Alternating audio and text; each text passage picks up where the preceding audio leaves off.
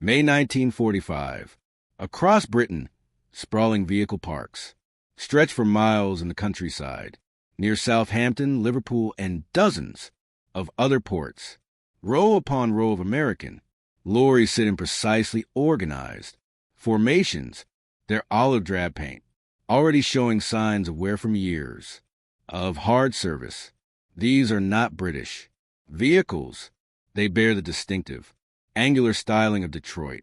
Manufacturers, the rounded bonnets of Chevrolet, the flat grills of Ford, the sturdy frames of GMC and Studebaker.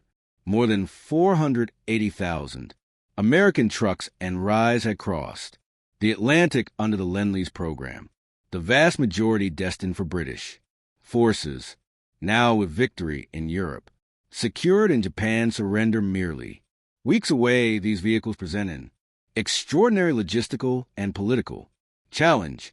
They belong to the United States government. Britain has used them, maintained them, and worn them out in service from North Africa to Northwest Europe, but ownership was never transferred. As peace arrives, difficult questions emerge. What happens to nearly 500,000 foreign-owned vehicles scattered across Britain and continental Europe? Can they be purchased? Must they be returned? Should they be destroyed? The answers would reveal the harsh financial realities facing post-war Britain and determine the fate of the largest single vehicle fleet ever assembled under one program. The scale of Britain's dependence on American vehicles becomes starkly apparent in the immediate aftermath of victory. Between 1941 and 1945, the United States had shipped 427,284 trucks and lorries to Britain alone, with another 52,000 sent to British Empire forces. These figures dwarf Britain's own production. The vehicles represented every category: 1.5-ton Dodge weapons carriers, 2.5-ton GMC cargo lorries, 4-ton Diamond tank transporters, massive 6-ton white heavy haulage trucks, Chevrolet 1,500 weight utility vehicles, and thousands of specialized variants including ambulances, mobile workshops, and radio vans. They had formed the backbone of British logistics throughout the war. By May 1945, these American vehicles constituted approximately 60% of Britain's total military lorry fleet. The Eighth Army in Italy relied on them almost entirely. The British Second Army in Germany possessed American vehicles at a ratio of 3:1 over British models. Vehicle parks in Britain itself held approximately 180,000 American lorries, whilst another 120,000 sat in depots. Across France, Belgium, and Germany, some 85,000 remained in the Mediterranean theater. The remainder were scattered from India to Burma, from Egypt to Palestine. The vehicles varied tremendously in condition. Some had covered less than 5,000 m. Others, particularly those that had served since North Africa in 1942, showed 80,000 m on their clocks and extensive mechanical, where the immediate challenge was both political and financial. The Lend-Lease Act had always been clear. Equipment was loaned, not given. As the war ends, the United States government expects either the return of serviceable equipment or payment for items Britain wishes to retain. American officials arrive in Britain within weeks of V-Day to conduct assessments. The Foreign Liquidation Commission, established specifically to handle overseas Lend-Lease disposal, sends teams to survey vehicle parks and determine values. Their initial position alarms British officials. The United States wants either the vehicles back or payment at depreciated but still substantial rates. The Americans propose that vehicles in good condition might cost Britain £400 each, those in fair condition £250, and even worn-out lorries £100, With nearly 500,000 vehicles in British possession, the sums prove astronomical. Britain essentially bankrupt from 6 years of war cannot afford to purchase what it had come to depend upon. The Foreign Office and Treasury officials scrambled to negotiate more favorable terms. American negotiators led by representatives from the State Department and War Department initially show little flexibility. They point out that many vehicles, particularly those stationed in Britain itself, remain in good condition and possess clear commercial value. The American automobile industry wants these vehicles returned or destroyed to prevent competition with post-war production. Surplus American military trucks flooding European markets might undercut new vehicle sales. Through summer 1945, negotiations continue whilst the vehicles sit in their parks, consuming guard labor and deteriorating. In the weather, the British position grows desperate. Foreign currency reserves have reached critically low levels. The country needs every dollar for essential food imports and raw materials.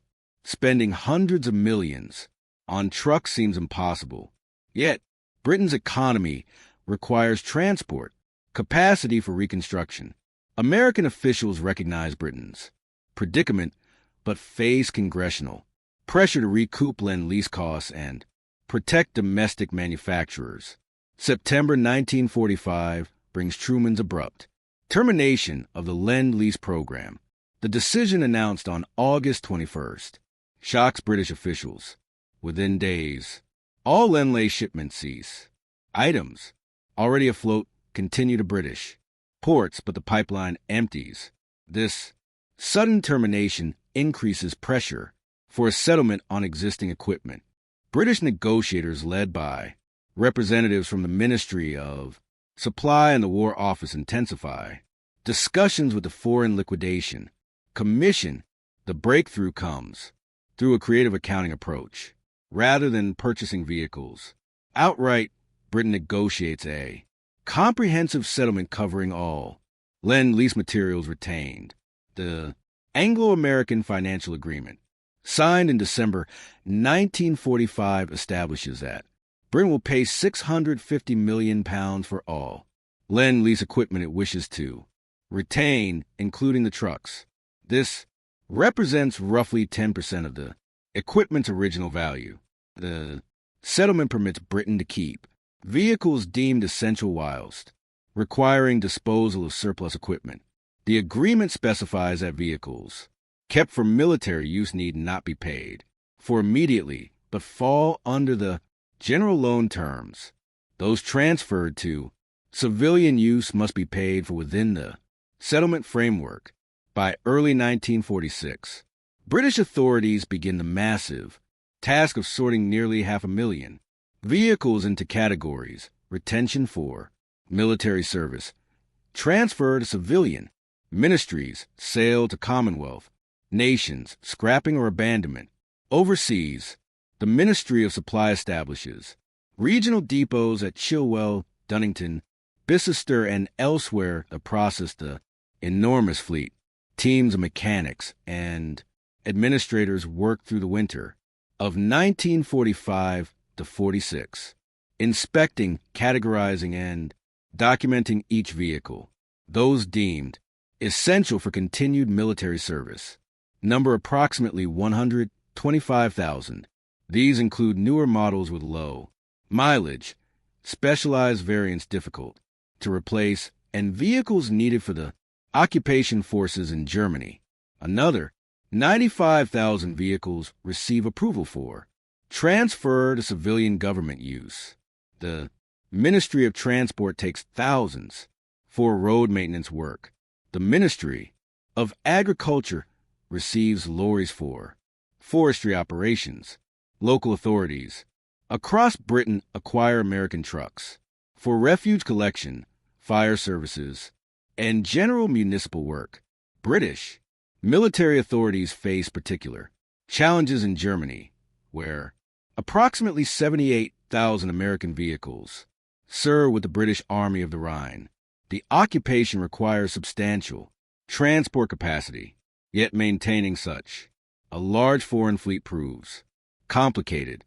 Spare parts become increasingly difficult to obtain as American military stocks run down.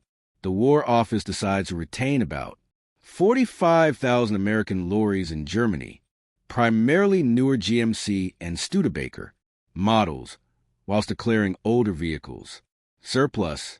These surplus vehicles cannot return to Britain economically. Shipping costs would exceed their value. Instead, British authorities begin selling them locally. The Control Commission for Germany establishes vehicle disposal centers in Hamburg, Hanover, and the Ruhr.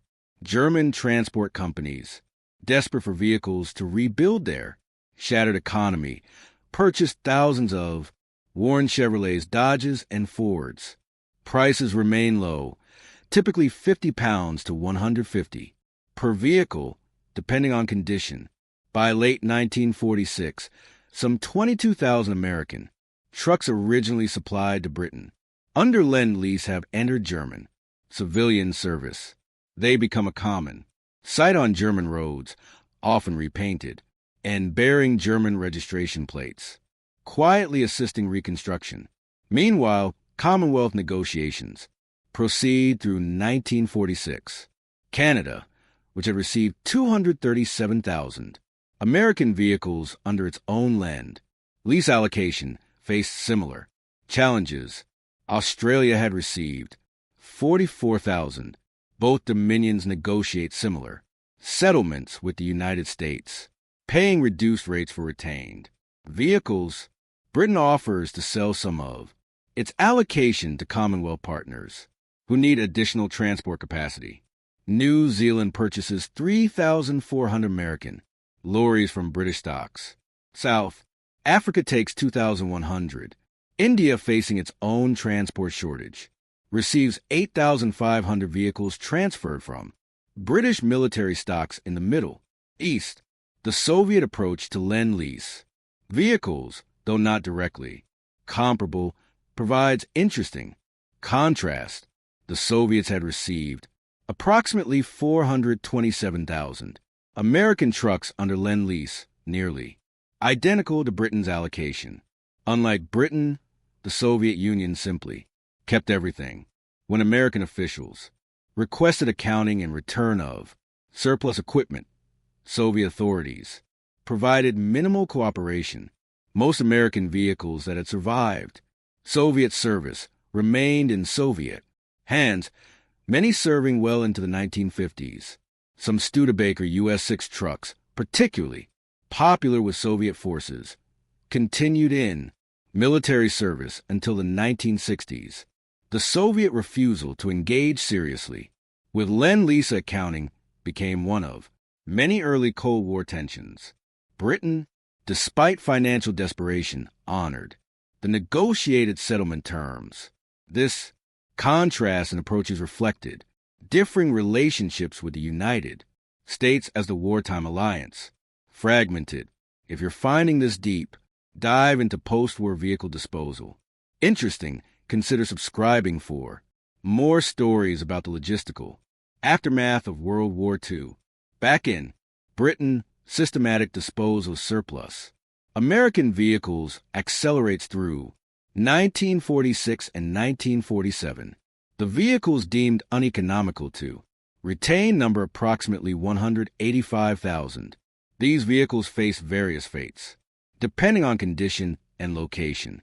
Those in reasonable mechanical order, but surplus the requirements go to auction. The Ministry of Supply organizes sales at depots throughout Britain. Private haulage firms, still recovering from wartime restrictions, purchase thousands of Chevrolet and Ford lorries. Agricultural contractors buy four-wheel drive Dodgers for farm work.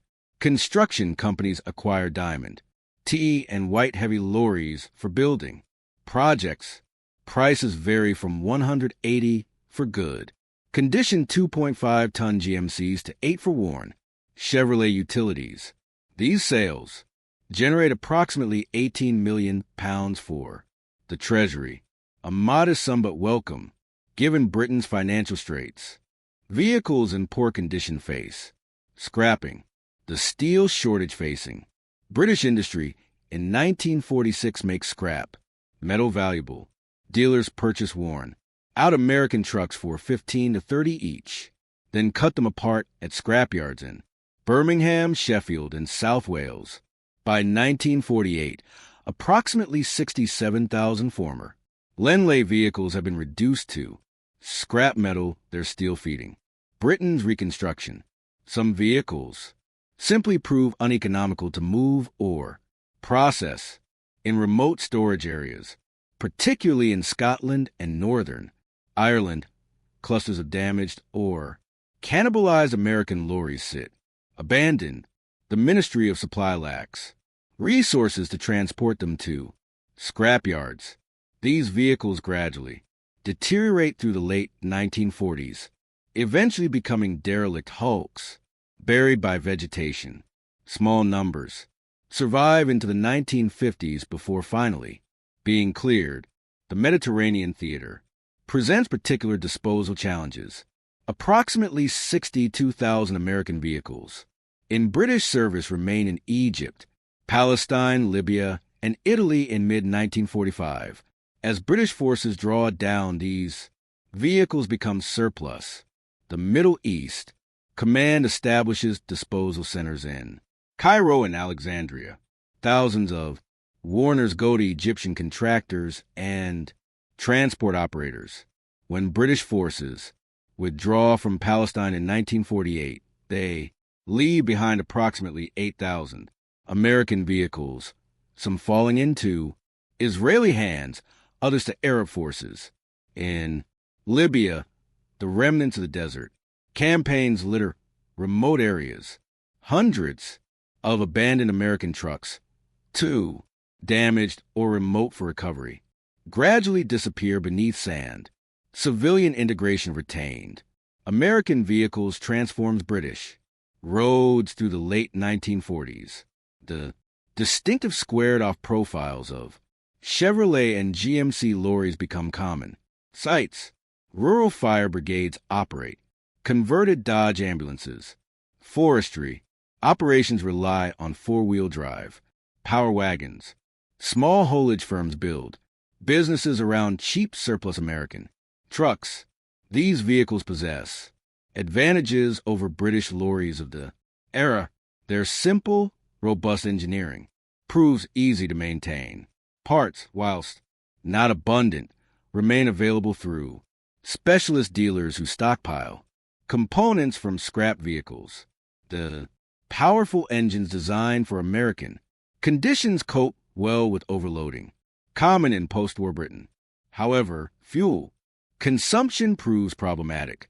American engines designed when petrol was cheap and abundant consume significantly more fuel than British equivalents. As petrol rationing continues through the late 1940s, this becomes a serious drawback.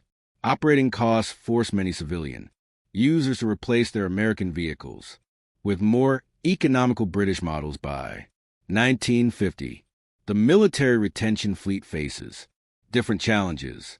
Through 1946 and 1947, the War Office maintains approximately 125,000 American vehicles in military service.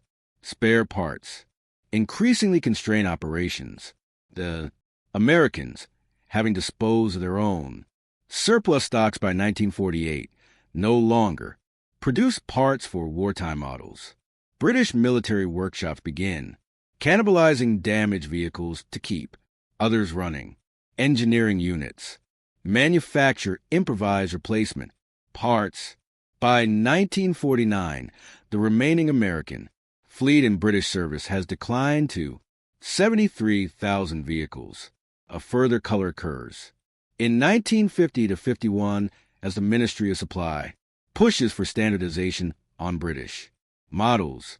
The Korean War temporarily extends the service life of some vehicles, particularly heavy lorries, in short supply. But by 1953, the British military has reduced American vehicle holdings to approximately 28,000 units, mostly specialized types or vehicles, serving in overseas garrisons where parts remain available. Several thousand American vehicles find their way into preservation, though rarely through intentional efforts. Museums show little interest in common military lorries during the 1940s and 1950s. However, vehicles passing into civilian service sometimes survive through continued use. Small haulage firms, municipal services, and agricultural operations occasionally retain American trucks well beyond their economic life, particularly if they've developed maintenance expertise. A few examples enter museum collections by the 1960s. The Imperial War Museum acquires a GMC CCKW 2.5-ton lorry in 1967, that had served throughout Northwest Europe. The National Motor Museum at Beaulieu later obtains a Dodge WC Series weapons carrier. The Tank Museum at Boynton preserves a Diamond tank transporter, one of the massive vehicles that had moved British armor from Normandy to the Rhine. Private collectors begin seeking American military vehicles from the 1970s onwards. As military vehicle preservation becomes an established hobby, enthusiasts discover surviving examples in farm sheds, scrapyards, and municipal depots. A Studebaker US-6 emerges from a Scottish forestry depot in 1982, still in running condition after decades of timber hauling. Recovery efforts in remote areas occasionally yield discoveries. Several American vehicles abandoned in the Scottish Highlands during post-war training exercises have been recovered and restored. Today, British military vehicle collections hold approximately 85 examples of American Lend-Lease in various conditions. These represent perhaps 0.02%, 2% of the original fleet. The Wiltshire-based military vehicle trust operates several restored GMCs and Dodges at shows and events. Private collectors own perhaps 200 additional examples, mostly Dodge weapons carriers. And Jeeps, though Jeeps formed a separate program from the truck allocation, continental Europe holds additional survivors. German museums preserve several American trucks that entered civilian service after 1945. The Overrun War Museum in the Netherlands displays a GMC recovered from a local haulage firm. The Auto and Technik Museum in Sins, Germany, exhibits an intact Ford G8T that served in British military service before German civilian use. The legacy of Britain's Lend-Lease trucks extends beyond the physical vehicles.